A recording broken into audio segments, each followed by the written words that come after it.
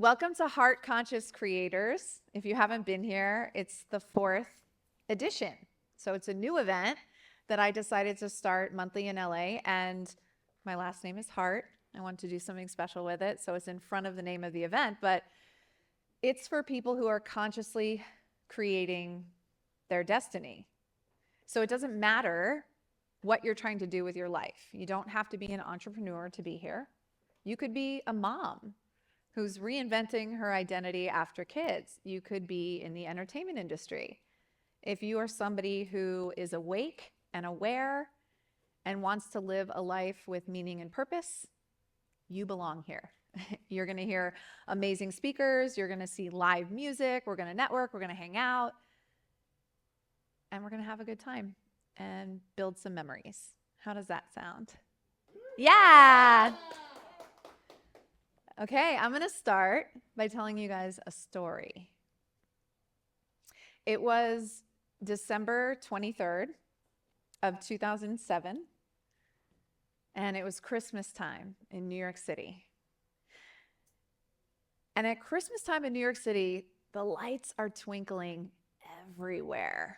So I went out with a friend and bought the gifts, and then we slid into a bar and we clinked a Corona glass and went into the bathroom and did a line of cocaine and lather, rinse, repeat all night long.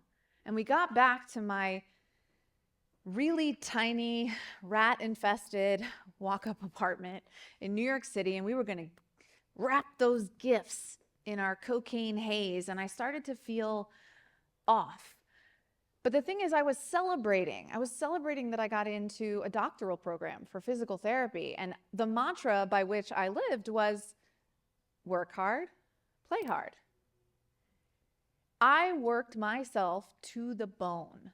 I wanted to be a star, but that was way too scary and uncertain. So I went the safe route of academia. And no matter how much I studied, no matter how good my body was, no matter how good my grades were, nothing was ever enough. And the critic between my ears was unrelenting. And so, after working really, really hard, I played.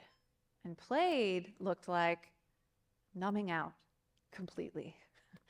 And on this very night that I got accepted into a doctoral program, I did so much cocaine that I overdosed.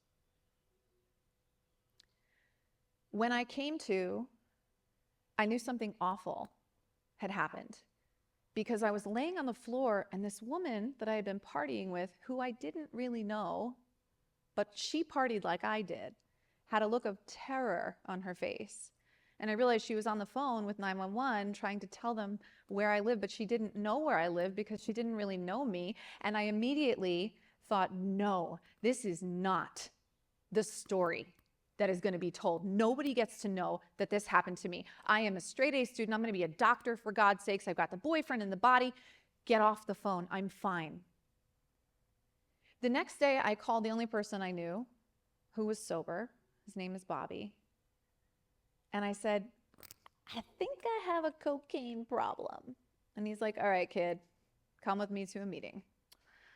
So very begrudgingly, I go to a 12-step meeting and I sit in the back with my arms folded and I'm like, absolutely not.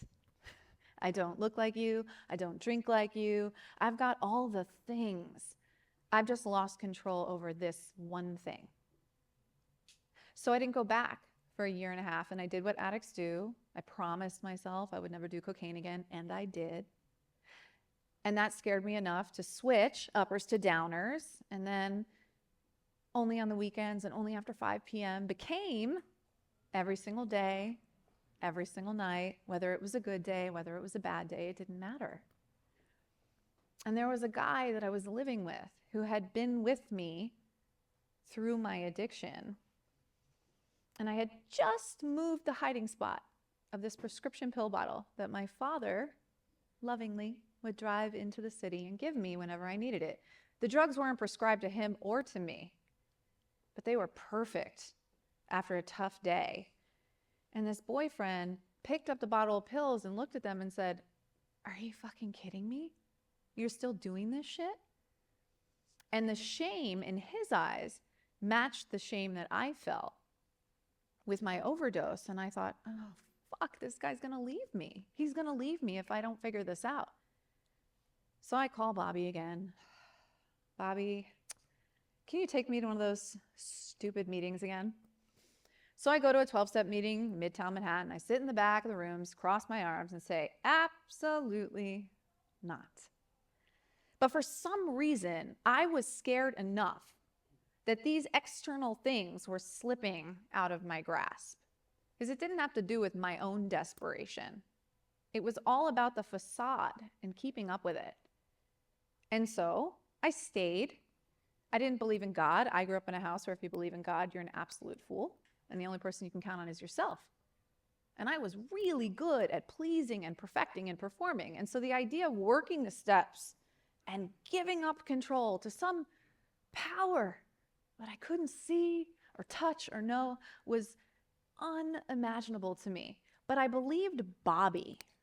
For some reason, Bobby had figured something out. And I wanted to know what it was. He grew up with a father who was in the Irish mob in Hell's Kitchen. He opened the door to the man at 13 years old that killed his father. He had overdosed on heroin so many times he lost count, and yet he was sober. He was happy. So I just followed him around the city, doing what he told me to do. He knew I was 1 foot in and 1 foot out, so I worked the steps as best I could. I tried to learn how to be accountable and tell the truth. I made amends to people I had hurt, especially that guy I had been living with who had cheated on a lot. And I started to feel like myself again. I was in grad school now. I was going to be a doctor soon. I had a chance to come to California and do a clinical rotation at Cedars-Sinai. Bobby started acting weird. Couldn't put my finger on it. And I said, hey, Bobby, I don't know what's going on with you, but I'm going to get a temporary sponsor out in California, and I hope we can still be friends. And you just take care of yourself.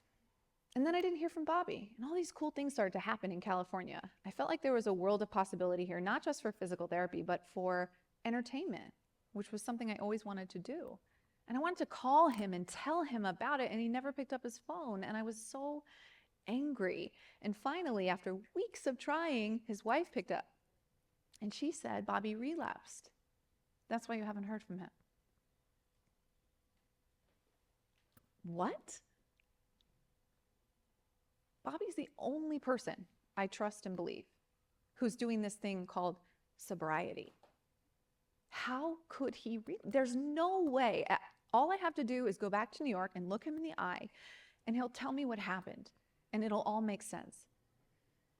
So I did. I met up with him when I got back, and it was like being in the presence of a ghost, where the person you love is there and alive in physical form, but their spirit, the essence of what makes them quintessentially who they are, is dead. It was the scariest experience at that time in my life. He couldn't look me in the eye. He couldn't give me a straight answer. He couldn't admit that he had relapsed. And I met up with him one more time after that, just to see if he would say something else to make me believe in this thing called recovery, and he didn't. And I thought, I can't spend time with him right now because I'm scared of my own sobriety. And 2 weeks later, Bobby jumped out of his 8th-story window, and he killed himself. What did I learn in that moment? Well, I definitely didn't learn how to surrender. I learned that if I drink and use, I'm dead too. So what did I do for the next 4 years? I worked a 12-step program, half-ass. I kind of did the spiritual work, but for the most part, I was running on perfectionism. I was running on everyone and everything that I could control to feel safe and loved in the world, because that's what I learned as a girl. And those 12 steps were asking me to unwind every single belief system that I had. But I had all this evidence that it was going so well. So no, thank you. And that guy that found that prescription pill bottle, he became my fiance, and then he became my husband. And we moved to California, and I was like, we made it. We made it. He should have left me so long ago, but he stayed, and we made it. And that means I'm good, because a good man is with me. And then he started to pull away, slowly, steadily, in every way a person that you love can pull away. And the more he pulled away, the more I doubled down on controlling him.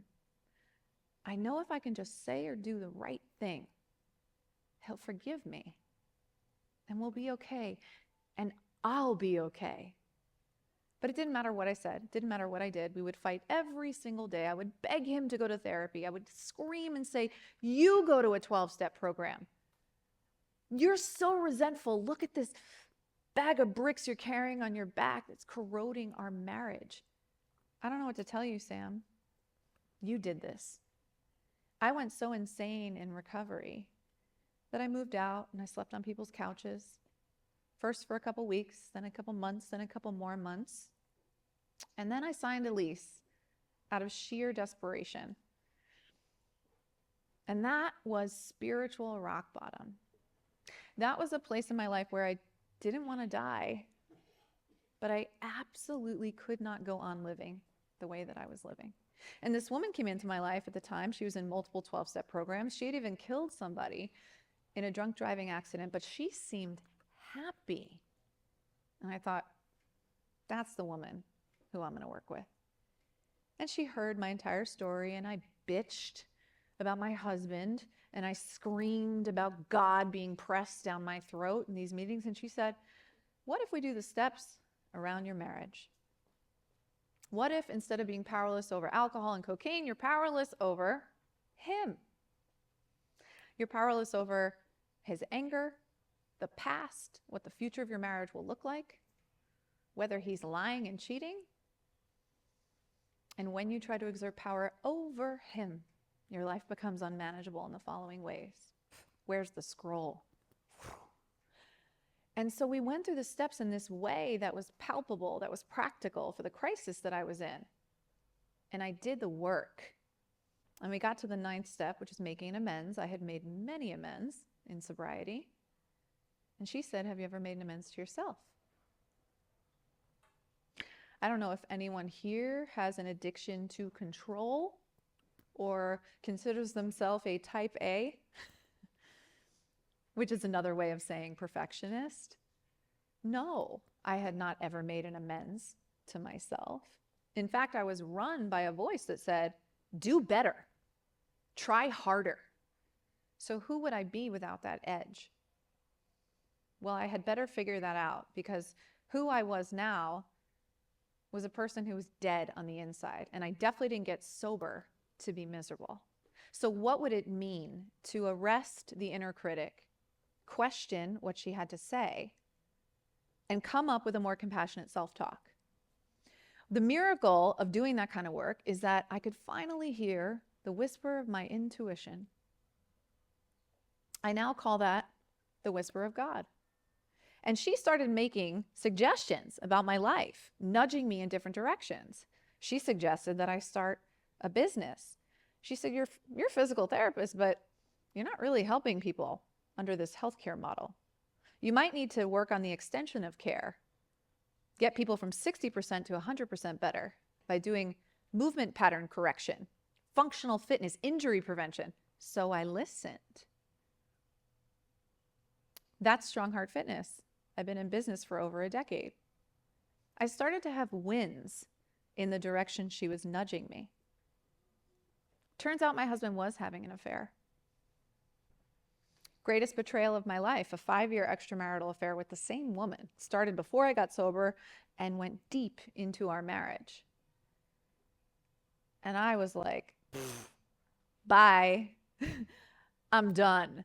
Moved out. In fact, I moved in this neighborhood, so it's really funny to be back here.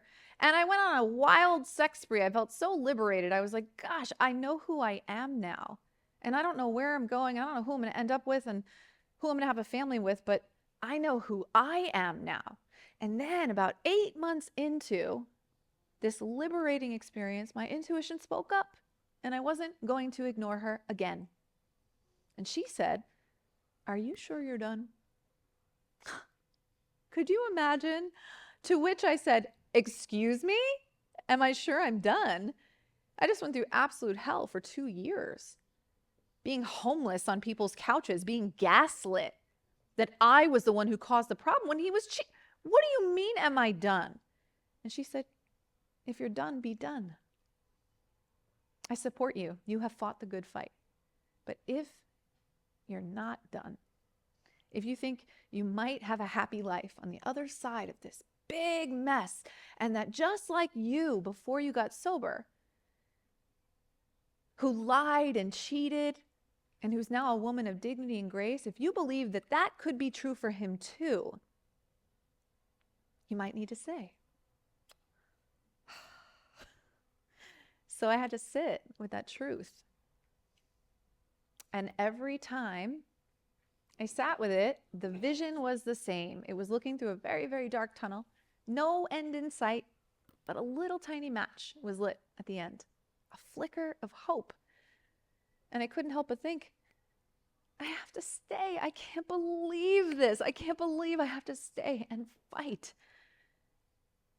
But I can't turn away from my knowing. So I stayed and I fought. That was more than 10 years ago. We're still married. We have 2 kids and a big old house in the suburbs. Yeah. And ever since I did the steps in that practical way, I've used them again and again and again as life has served all kinds of things that you couldn't imagine. And that's the funny thing about perfectionism. Culturally, we get rewarded for being really good, really beautiful, really skinny, really smart. But perfectionism collapses in matters of the heart. So when I had miscarriages, I used the steps. When I got postpartum depression, I answered the phone.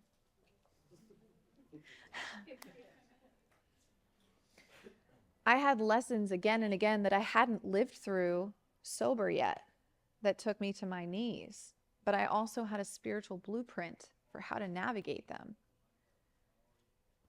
And as my husband and I were building a big, beautiful life, we were thinking about buying a second house. We went to Austin, Texas, first weekend away after having babies. We put an offer in on a couple houses we almost buy, and we're sitting in the Austin airport. And I have this buzzing on my phone, nonstop. Ugh, spam. Again, same number, spam. Third time, maybe it's not spam. Also, what area code is this? New Jersey. That's funny, that's where my sister lives. You see, I'm not the only addict in my family. I come from a long line of addiction and mental illness and emotional cycles of dysfunction. My sister had been suffering from addiction for decades. I had done everything wrong and everything right to try to save her life. And eventually I just put my hands up and said, "When you are ready, I will be here," with my hand extended. She died on March 13th of 2022.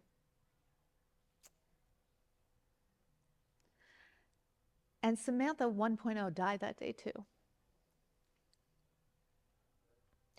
I had a great practice on the west side where I treated the whole body and the whole person. I had been living a sober life with this spiritual template of how to get through the hardest things, and this was the hardest thing to date. And I knew I had just a couple of options. I could relapse and die, like Bobby did. It was a choice, but I didn't want to die. I could try running from my grief. And the best way I knew how to do that was to control everything and everyone, maybe just food and body, and be hyper-focused on what I could stick my claws into because the grief made me feel so powerless, or I could lean all the way in, straight into the pain and see who I could become on the other side. I decided I was going to write a book. It's out in the world, came out on June 10th. It's a bestseller. It's a modern version of the 12 steps and the stories of my life. It is my attempt to not just treat the body, but to treat the spirit. Because to me, that is at the epicenter of everything. And if that isn't fit, good luck going to boot camp class. I went on tour as a choreographer. Childhood dream come true in my grieving process. 40 years old, mama too, running around Japan for 2 weeks, dancing like a fool. I started singing again, which was a dream as a kid. I'm making original music. In fact, I'm making an album with some serious people in the music industry, and the songs correspond to my life story. And it's just for me, because I only live by 2 things now. I live by truth and joy. If it's truthful and joyful, sign me up. If it has meaning and impact, I'm in.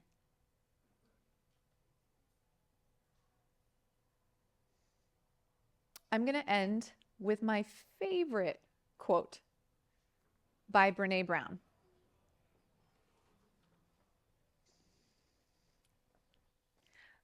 Owning our story is hard, but it is not nearly as difficult as running from it. Embracing our vulnerabilities is risky, but not nearly as dangerous as giving up on love, belonging, and joy. Only when we are brave enough to explore the dark will we know the infinite power of our light. Thank you. Oh, thank you, Sammy. That's me. That is me. So we have so many amazing things in store. Welcome to the people who came in. It's great practice for me to see how well I can keep my story flowing as all kinds of things are happening. So I actually, it's really good for me. Thank you. We have an incredible musical group who's about to perform called Mortez. I cannot wait for you to see them. They are a goth pop rock duo. They have been on the radio, on Sirius XM. They are heavy hitters and they are here tonight. So we're going to take you on a journey into their world, after which we will have a panel of amazing speakers that you're going to learn a lot from. So enjoy this musical interlude.